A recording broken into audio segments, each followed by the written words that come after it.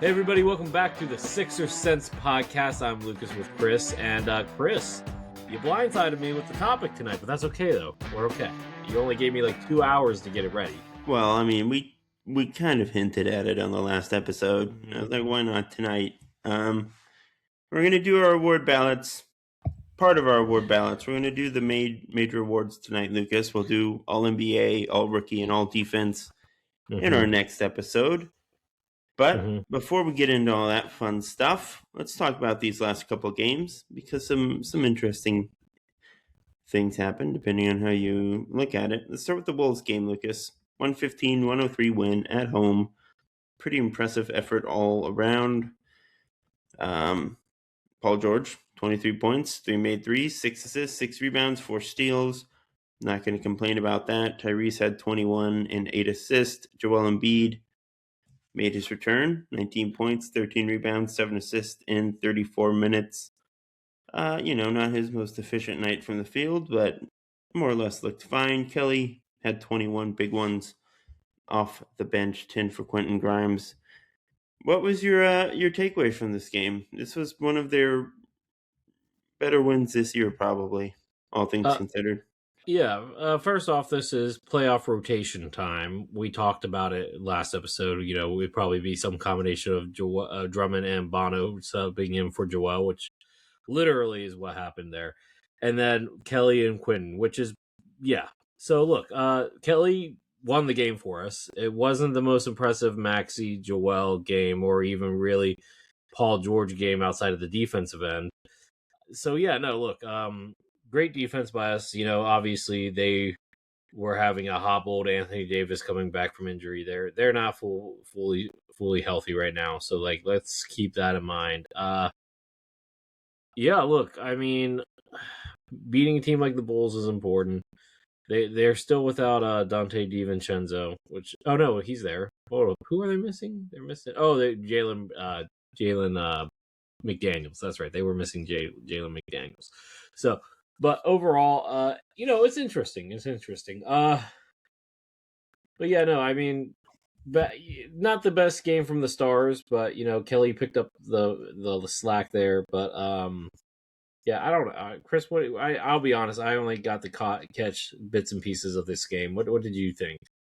That's fair.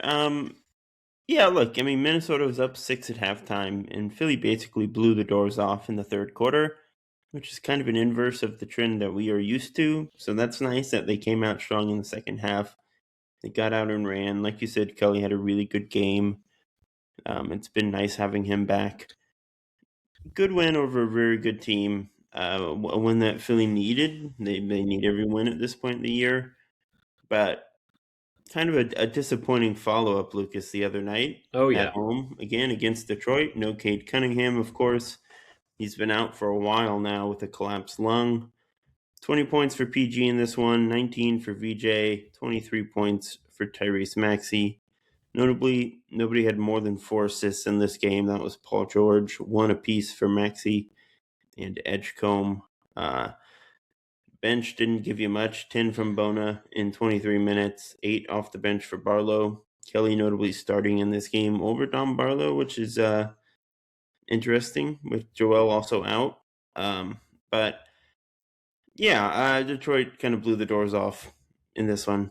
Jalen Duren had a really solid night. Dennis Jenkins had 16 points and 14 assists. He's been pretty awesome since Cade went down. 19 to lead all scorers on Detroit's side for our good friend Tobias Harris, who seemed to have some words. Yeah, he yapped at us. He yapped at us. What were your takeaways from this one, Lucas? Well, Tobias, technically, we're still not in the plan, but you know what? Anything's possible, right? So I'm not gonna, tell you to eat them words yet. But look, they might have been without their best player, but clearly they've won 8 of their past 10. So clearly, the Cade Cunningham injury was not the glue keeping this team together.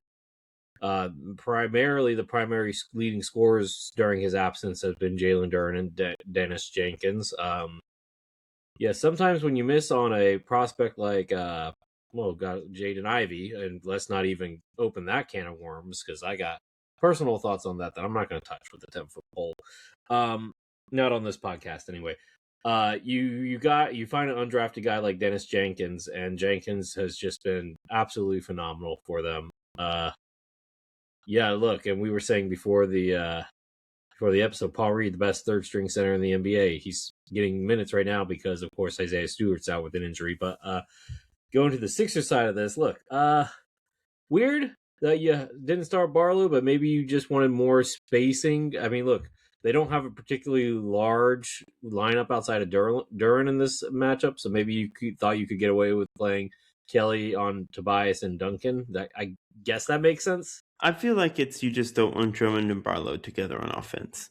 Yeah, that's also a fair assessment. That's a beyond fair assessment. Yeah. Barlow still played 29 minutes. It's not like they like, hit him on the bench or anything. Yeah. Look, the offense just wasn't going. This was not Maxi's best game as a point guard. Obviously, VJ did not have a good game playmaking wise either. Yeah. Look, this just wasn't a good look. And Paul George was having a good game, but playing 28 minutes in a blowout seems appropriate for a guy his age at this point.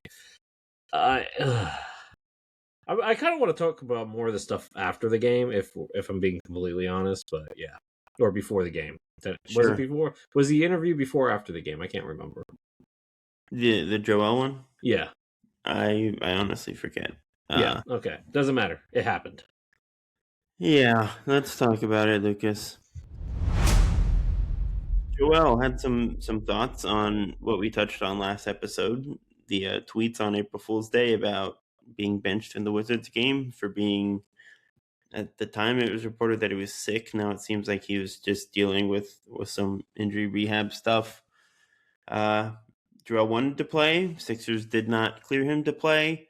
Joel said, quote, "I was pissed off. I wanted to play basketball. I wasn't allowed to play basketball." I think this is more of a question for Daryl Morey, obviously just kind of hinting that is not a decision he gets to make, which I think is really the case for most players. But Nick Nurse kind of echoed the same sentiment when asked about it. He was like, I don't get to make that call. We do what they tell us from up top, from the medical team. So Joel clearly not happy with how they've kind of managed his comeback here, Lucas. What is your take on the situation? Look, the NBA, and I think I said this last episode, the NBA is currently investigating the Milwaukee Bucks because of the Giannis Antetokounmpo stuff when it comes to player participation, right? The Sixers are next on that list. Let's be absolutely clear. These public comments by Joel are not going to help the Sixers. And look, this past summer, we went over the story that came out about Joel in nauseum, right? And it makes me think, Chris, there's a chance that there could be a nasty breakup. Whether it's Daryl Morey leaving or Joel leaving, I don't think both of them will be. I am starting to get the feeling, and I'm not going to say for certain here, and I'm not reporting, but I have a feeling that one, if not maybe both, will not be back next year. It just does not feel like the vibes are good. The vibes are ruined right now, I would say. Yeah, that's fair. I obviously with Joel's contract, I think Morey is far more likely to not be here next year. Yeah, of course. I'm just saying, don't rule anything out. Yeah, like Morey has kind of a tendency to really cater to his stars when they're playing at a really high level, and if they start to fall off, he's more than happy to kind of drop them like dead weight. So yeah. It seems like that relationship is maybe a bit tenuous at this point. I would not be shocked if Morey is just not giving Joel the voice in the room that he used to have, which I would understandably be upset in Joel's shoes. Are the Sixers being smart to not play him against the Wizards? Probably, yeah, maybe, they clearly didn't need him. But the argument you would make there then, Chris, would be, does Joel need the playing time to get back into his full form? It took him until December the first time around. So let's keep that in mind too. I mean, he's been pretty darn good the second half of the year, even when he's kind of coming off of a few days off. So I'm not too worried about that, honestly. Yeah, I don't know if the vibes are ruined. I do think it is kind of funny that this and the Giannis thing are happening simultaneously. It's a little bit different, obviously, with Giannis because the Bucks are tanking pretty deliberately and the Sixers are Yeah. not. The Sixers are actually, to their credit, trying to win games, which probably gives them a better case of like, hey, this is a medical decision, not a we're resting him to lose decision. Whereas the Bucks are Mhm. clearly just losing on purpose. But it goes against the message that the Sixers have been all season long of, well, we trust Joel. Joel's going to listen to his body. We're going to follow what he says there. Him benching him for this game goes against that. I don't know if I fully agree with that. I think there's a difference between trusting Joel to listen to his body and like if the medical staff says he's not ready to go. Joel clearly wants to play and he's very eager and he has tried to probably come back too quickly from things in the past many times. Not probably, he has done that. I can see Joel getting antsy, being like, I've missed too much time. We're in the thick of a play-in race. We want to win games right now. Let me play. But Because, I mean, yeah, I don't obviously, losing this Detroit game was not good for the play-in thing. know, but I really mostly just wish Joel had kept this in house. I don't think we needed the whole Twitter media spiel. That more than anything, I think has tainted the vibes, which have been pretty positive. This Pistons game notwithstanding, like the Sixers have been playing well. Paul George looks really freaking good. Tyrese just came back. It's been kind of like, hey, the Sixers look pretty dangerous. They're getting hot at the right time.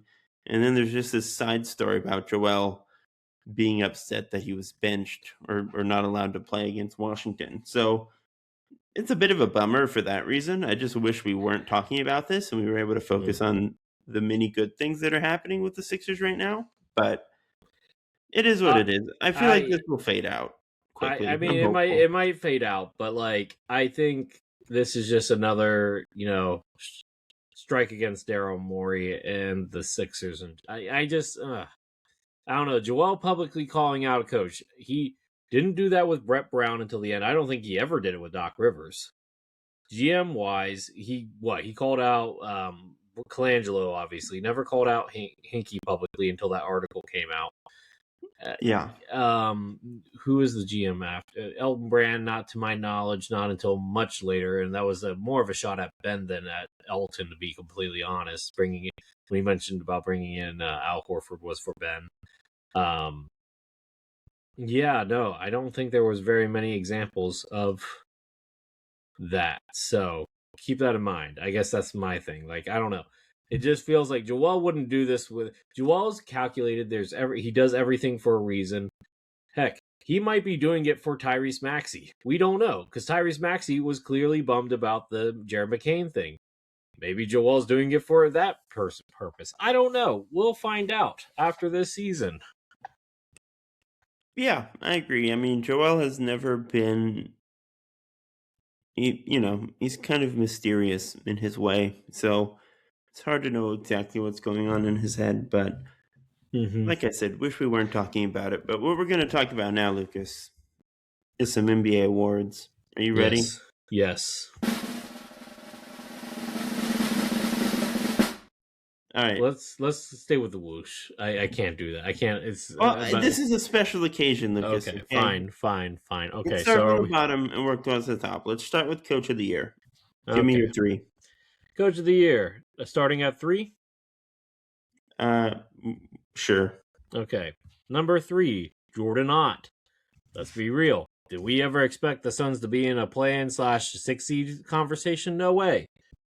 Especially after they traded away KD for what seemed to be pennies on the dollar when Dylan Brooks and Jalen Green and a first-round pick who's barely played until after the trade deadline. Jordan Ott, kudos to you.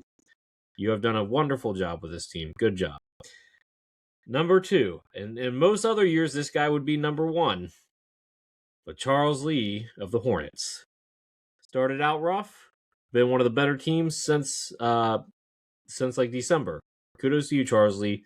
You'd be number 1 most years. And I know this is a Sixers podcast, and I hate saying this, but Joe Mazzulla is the craziest/best coach in the NBA. Look, the Celtics this was supposed to be a gap year for them. Nobody expected them to be competitive. not only are they not competitive, you could argue they're still the best team in the East, even without losing Drew Holiday and Kristaps Porzingis for barely anything. So, switched Porzingis into what? No, you got Drew for what's his name? I can't even remember. Anthony Simons. And switched him for Vucevic. And I don't even know what you got for Porzingis. I don't think you got anything of value. So, really, Joe Mazzulla, kudos to you, sir. Lost Al Horford as well. Yeah. Yeah, I think those are all fair. My number 3 was Charles Lee. Okay, fair. Charlotte Hornets. Obviously, they have been quite good of late. Yeah. I mean, turning around that organization, I think deserves some extra credit. Just given what for sure. Charlotte has been for a while. I had J.B. Bickerstaff at 2. He was probably number 4 for me. Yeah, he was number 4 for me.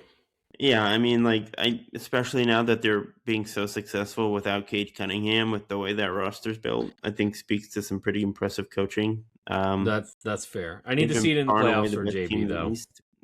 That's fair, but this is a regular season award, and I think he's coached very well in the regular season. And I have Joe Mazzulla at 1.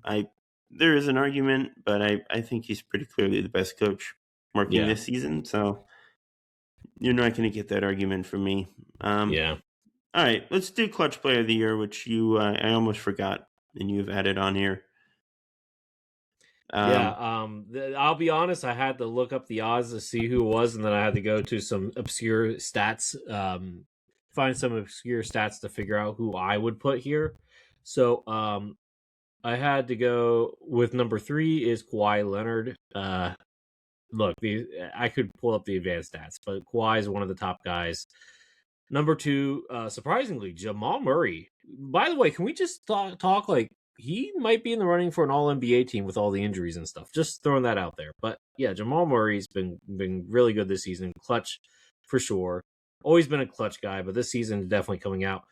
And probably one of the reasons why the Rockets are a top 6 seed this year is Kevin Durant at my number 1. He's definitely won them a lot of close games. So Kevin Durant, for sure, is the my Clutch Player of the Year. Your thoughts? I had Durant pegged for my my tweeter of the year. We haven't that's fair. Yet. That's fair. Yeah, that's all fair. This is a fake award, to be honest, but I don't love it, honestly. Kawhi number 3, Maxey number 2, and SGA number 1. Yeah, the numbers, Maxey doesn't have a big enough sample size for it. I'm sorry, I can't. I don't care. Clutch numbers are fake. Okay, that's fair. Most improved player, a real award, Lucas. An interesting one. This one was tough. This one was one of the tougher ones. Number 3, one of the guys that I've been loving this year, Jalen Johnson. Definitely has improved as a playmaker, become more of a well-rounded scorer. Just one of the better, well-rounded players in the NBA. Number 2, this might be a little controversial, but I got Ryan Rollins here. You could argue he should be number 1. Opportunity is a big part of his development, so I had to, is it actual development or just opportunity? It's a little bit of both, but I'm going to go Ryan Rollins here. He is on a bad team, so that I didn't, I know you're not supposed to, but I definitely dinged him a tiny bit for that. And number 1 is Denny Avdia. I mean, we saw at the end of last year, and it just continued to happen this year. Denny is one of the better wings now in the NBA after being considered not a high valued prospect after his first 2 or 3 years in the NBA. So good for you, Denny. Yeah, I think that all checks out. Oh, you got the same list? I thought we almost were going to go in the same direction, and I was going to be really surprised because you have Rollins 1, don't you? No, I have Johnson at 3. Okay. I have Rollins at 2. Oh. Then I have Dennis Jenkins at 1. Dude was averaging 3 minutes a game, and he didn't play at all last year practically. Now he's keeping the Pistons afloat in the playoffs. I feel like that's what this award is for. I'm sorry. Is that? That's more of an opportunity thing, I feel like, but okay. Sure. That's really the case for this award most of the time anyways. I mean, Avdia was not getting these ball handling opportunities. Obviously, he's improved a lot. But I think Dennis Jenkins going from practically nothing to such a key contributor makes him worthy in my book. I didn't even have him in my top 5 or 6. I didn't even think of him, to be completely honest. That's why I'm sorry. here. Okay. Think outside the box. They're out the obscure guys. Okay, cool. I think he's worthy. He's not going to be a running favorite, but okay. I said that I don't care what the favorites are, Lucas. I can think for myself, okay? Can you? All right, pal. All right. 6th man of the year. Okay, this one. Look, I think if AJ Mitchell was, available, an option here, I think that would have been the easy answer. But he's not going to be playing enough games. The 65 rule game does not apply to 6th man of the year. Worth noting. It doesn't? Nope. It only applies to defensive player of the year, rookie of the year, MVP. No, MVP, defensive player of the year, most improved player, and the All NBA teams. So, geez, that ruins my list completely because I ruled him out. AJ Mitchell is eligible for this award technically. That is weird. Okay, you can still ding him for not being available enough, but he's eligible. I mean, I made the list treating him that he wasn't eligible, and now I have to go back and look at everything. And he did start the year off hot. Injuries happened. He kind of slowed down a little bit. Look, I think we talked about this at the beginning of the year. It was between him and another guy, and I'm just going to keep him off because this is my fault. I didn't put him on either. If it makes you feel better. Okay, good. Because I know you're a Thunder fan. You know me, so yeah. Okay, so number 3, I had Reed Shepherd. Okay. Really, honestly, I don't really. I guess they just don't trust him enough yet to start him. But, scoring wise, he's one of the better scorers coming off the bench. And by the way, can I just say it's nice to not have 20 point per games, 3 20 point per game scorers coming off the bench. It's actually kind of refreshing that we actually have to have some brain thought about this, right? Number 2. I think our understanding of this award is changing a bit. It's not just a bunch of Lou Williams types, Yeah. We're kind of thinking more broadly about how guys impact winning. Mm-hmm. Not that Lou Williams didn't deserve his 6th man of the year. Of course. To be clear. Yeah. Now, the next, number 2 and number 1, honestly, you could interchange them, and I'm not going to hold it against you. What I did do with number 2 is hold it against him that he wasn't on a good team until recently, though. Number 2 is A.I. Dosunmu. Arguably, if he was on the Timberwolves all year long and had these numbers, he'd be number 1 for me. But he was on the Chicago Bulls, and not the best look there. AI, is it AI or AO? I think it's AO, right? IO. Yeah, IO. He's number 2 for me, and then a guy that we talked about at the beginning of the year, Jaime Jaquez Jr.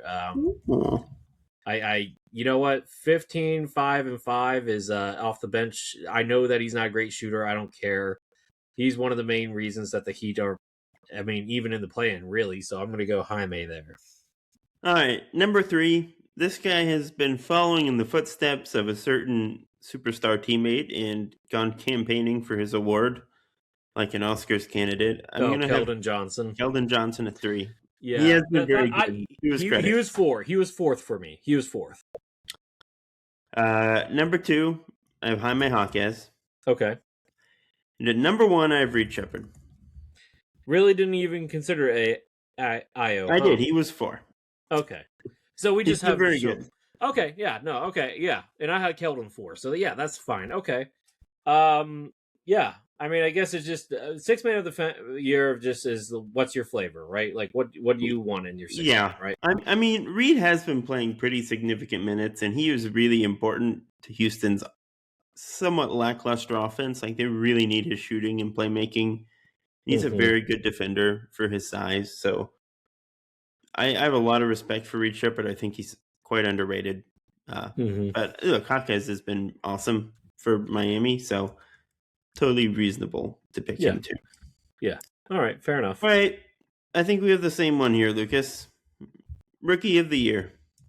Yeah, it's VJ, Cooper, and Khan. And I know that Cooper's making a push, but I think it's too little too late for that. Yeah. Cooper recently became the youngest player ever to score 50-plus points in a game. Cool. He is going off again tonight against the Lakers as we record this podcast. Oh, the game's over. Okay, well, he was as we recorded in the past tense recently. Yeah, Cooper's awesome. He's going to be the best player from this class. I'm still very confident in that. I don't think this is a knock on him whatsoever. He's had a much different and more challenging role than Khan this year, but Khan has just been off the charts good for a good team. Yeah, look, Khan is the most NBA ready of this group right now, but he still might end up 4th or even 5th best player in this draft because there are some guys with some high upside. I don't want to undersell Khan's upside. Guys who are that big and strong and can shoot and pass and handle like him are not that common. Well, I okay, think Khan's got some serious potential. Okay, I'm not saying that. I'm not saying that Khan's he's still bad. Like 19, 20, whatever. Yeah, he's like younger. He's a freshman. Yeah, no, I get that. But like what I'm saying, and I'm not saying this to bring down Khan at all. What I'm saying is there's some guys that have higher upside, like Cooper, like VJ. You could even argue Derek Queen. I think Harper and Edgecombe both are still very strong candidates. Harper's been playing a lot better lately.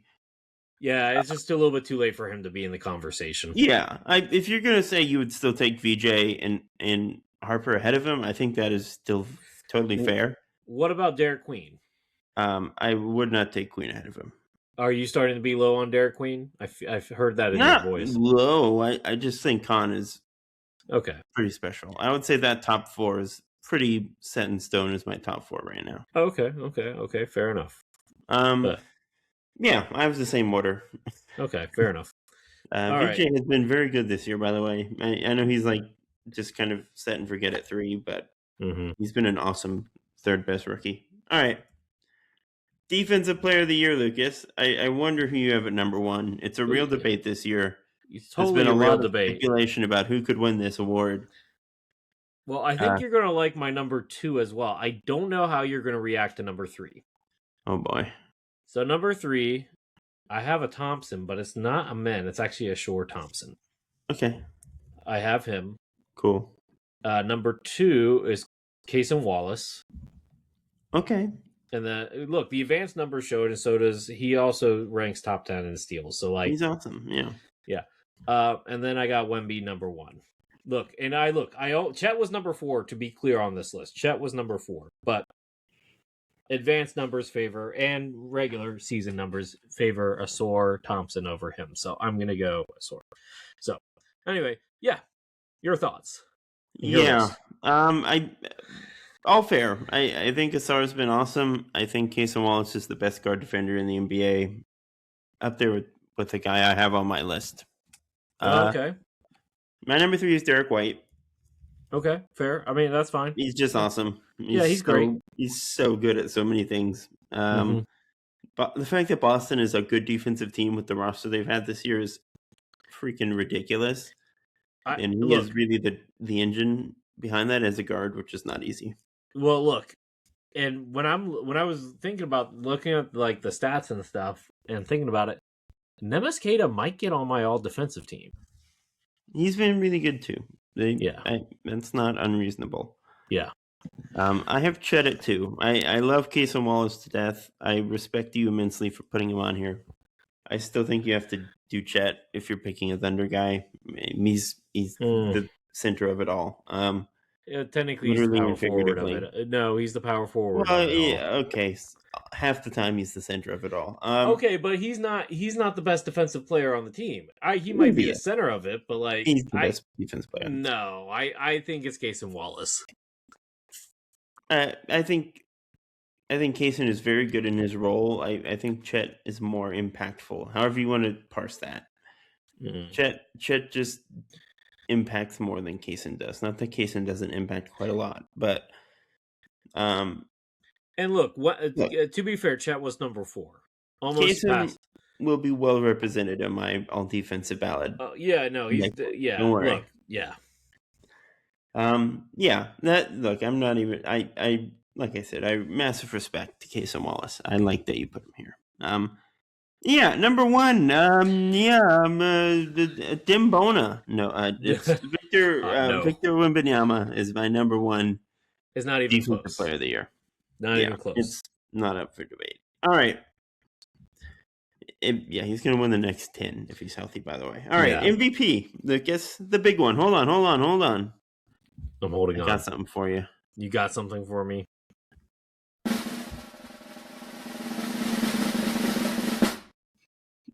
Number 5. Lucas, take it away. Let's instead of me saying all my list at once, let's both do 5 and then 4 and then. Okay. Let's do that one. So 5, I almost put on your least favorite player, Jaylen Brown, but I chose not to. I put on Kawhi Leonard instead. My number 5 is Kawhi Leonard. Oh, okay. So we got the same one there. Okay, glad that we're on the same pace there. Number 4. Shout out to Sixers fans, Tyrese Maxey.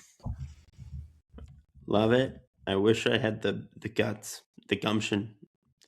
My number 4 is Luka Doncic. I know right now he's ineligible, but there is a special clause in the CBA for extraordinary circumstances that he can apply for and that he's going to apply for and that he should be able to receive because he missed 2 games for the birth of his kid. I think they will make him eligible. I think he's going to get that. Well, if he gets eligible, then he'll be number 4 on my list too, and then Maxey would be 5. Okay, that's fair. Maxey would be my number 5, and I'd bump Leonard up if Luka is ultimately ineligible. But I kept him on for now. Okay, number 3. That's fine. 3. This is where it got tough. These 3 were really tough because they all are really special. But I look, he didn't even start every game, so I got to put Wemby here at number 3. Yep, that's where I have him. Okay. Much love and respect. He played more games and fewer minutes than the guys ahead of him. Yeah. Not that he hasn't been awesome and he's like the single greatest defensive force we've ever seen, but he's at 3 for now. Yeah, he'll get up. He'll get one. He'll get one eventually. Yeah, I'm confident. Okay. Number 2. This one I fought with a lot. But there was a reason why I put this guy at number 2, and I'll explain it when I talk about number 1, is Jokic. I put Jokic at number 2. And I hate doing that because he's had 2 straight seasons of triple-doubles, and we're not rewarding that with an MVP, averaging a triple-double. What is wrong with us? He's leading the league in both rebounds and assists. Top, 5 or 6 in scoring? What are we even doing here, guys, really? But, there's a reason for it. Yeah, Lucas, my number 2 is Nikola Jokic. It hurts, doesn't it? It is what it is. Yeah. I like the guy number 1 still. Unlike most number people. 1 is SGA. Yep. Now, honestly, if it wasn't for this one factor, I think I would have had him at number 2. Mm-hmm. But he broke a Wilt Chamberlain record. If you break a Wilt Chamberlain record in a season, guess what? You probably get a boost in the MVP conversation, and that's pretty much what SGA needed, and that's what SGA got, and that's why I have him number 1. Yeah, I think that's fair. I've been banging the Jokic drum longer than any other Sixers fan. Yes, much to your detriment, but yes. We had a very similar argument last year, or discussion, and I think you went Jokic and I went SGA. Yeah, I went Jokic kind of was last a weird departure for us. Yeah, it was weird. I think Jokic is still awesome. I think this is probably his worst defensive season by a healthy margin. Yeah. He's had a somewhat odd few weeks here, which isn't the whole story, but when it's such a close race and SGA has just been so nails all year long, it's a factor. He's just slightly below his usual super high, near perfect standard, and that is still good enough to win MVP. 95% of other years in this league, he's one of the best we've ever seen.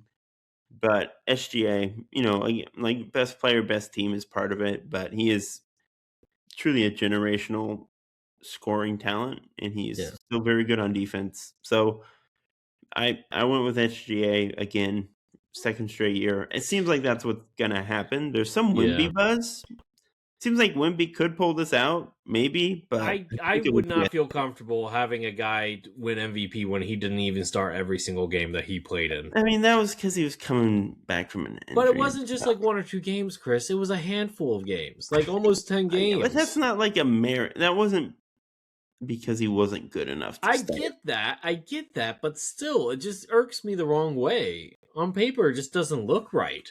That's fair. I will say, I predicted Wemby before the year, and you made fun of me. So if it does happen, I will rub it in your face. I'm just warning you now. I would deserve it. And look, we have him a top 3, and in my opinion is if you're in the top 3, you have a real chance of winning it.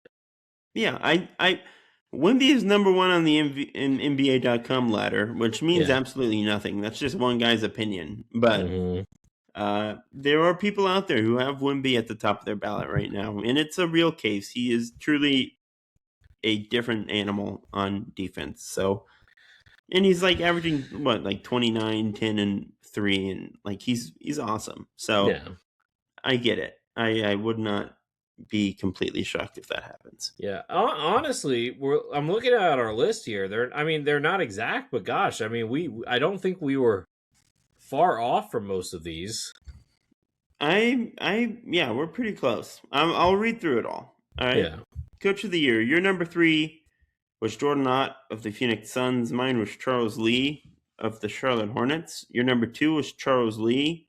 My number 2 was Detroit Pistons coach J.B. Bickerstaff, and we both had Celtics coach Joe Mazzulla at 1.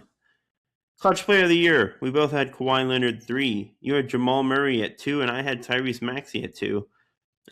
You had Kevin Durant at 1, and I had Shai Gilgeous-Alexander at 1. Most improved, we both had Jalen Johnson at 3 and Ryan Rollins at 2. You put Deni Avdija at 1, and I put Danish Jenkins of the Detroit Pistons at 1. Sixth man of the year. Your number 3 was Reed Shepherd. Mine was Keldon Johnson. Your number 2 was Ayo Dosunmu. Mine was Jaime Jaquez. Your number 1 was Jaime Jaquez, and my number 1 was Reed Shepherd. Rookie of the year, we matched 3 VJ Edgecombe, 2 Cooper Flagg, 1 Con Knuppel. Defensive player of the year, your number 3 was Asar Thompson from the Pistons. Mine was Derek White from the Celtics, their best player. At 2, I had Cason Wallace. Can you say that next year when Tatum's healthy? Are you going to say that next year when Tatum's healthy? No, Tatum's their best player when he's healthy. Okay. At 2, you had Cason Wallace. I had Chet Holmgren, both of the Oklahoma City Thunder. And at 1, we both have Victor Wembanyama winning Defensive Player of the Year. MVP, we have a shared number 5, Kawhi Leonard of the Clippers. At 4, you had Tyrese Maxey. I had Luka Doncic with the understanding that you would have Luka 4 if he is eligible. And if he's not, I would have Maxey at 5. 3, we have Wemby. 2, we have Jokic. And 1, we have SGA. So we match on the top 3 there. Good stuff, Lucas. Yes, indeed. This was nice and fun. Yeah, this was nice and fun. Yeah, so let's see. Is there anything NBA that I wanted to talk about? I honestly don't think so. The Rockets are playing the Warriors right now. Pods. Let's talk about Pods. I don't know what to make of Pods. Do you think he can be like a high-end starter? I don't think he's an all-star, but like, can he be a starter on a championship team? I don't know. Yeah, I think so. You think so? Okay. He may be like the 5th best guy in a good lineup. I would say so. So I also, and I can't believe I'm saying this, I want to talk about the New Orleans Pelicans in a positive light, because I know that they're not going to be, in the playoffs, obviously, but like they've been playing well. Not in the recent stretch of games, but they had a good stretch of games here earlier on before this most recent stretch when they were not trying to win. I like obviously you gotta get rid of Jordan Poole, but like if you can get rid of Jordan Poole and maybe Kayvon Looney, 2 former Warrior guys, look, I actually don't hate the rotation of like Sadiq Bey, Jeremiah Fears, Herb Jones, Missy's, Trey Murphy, DeJounte Murray, Derek Queen, Zion Williamson. Like, is that a core that you could believe in that could make a play, at least the play in the West next year, if healthy? If healthy. They're not going to add a first round pick. I mean, Yeah, look, Jeremiah Fears and Derek Queen are both going to get better. Yeah. How much better and how quickly is up for debate. But if Zion is fully healthy for 82 games, I do think the play-in is within reach. Yeah. Um, Do you sell high on Zion this summer? I say yes. Trade him. 100%. See what you. Yeah, I mean, look. I mean, he's had his healthiest season. He's played basically power forward, point guard, and now center for them. Right? He's played pretty much almost every position besides like wing. Paul George for Zion Williamson. Just I don't think. Well, look, Joe Dumars makes weird trades, right?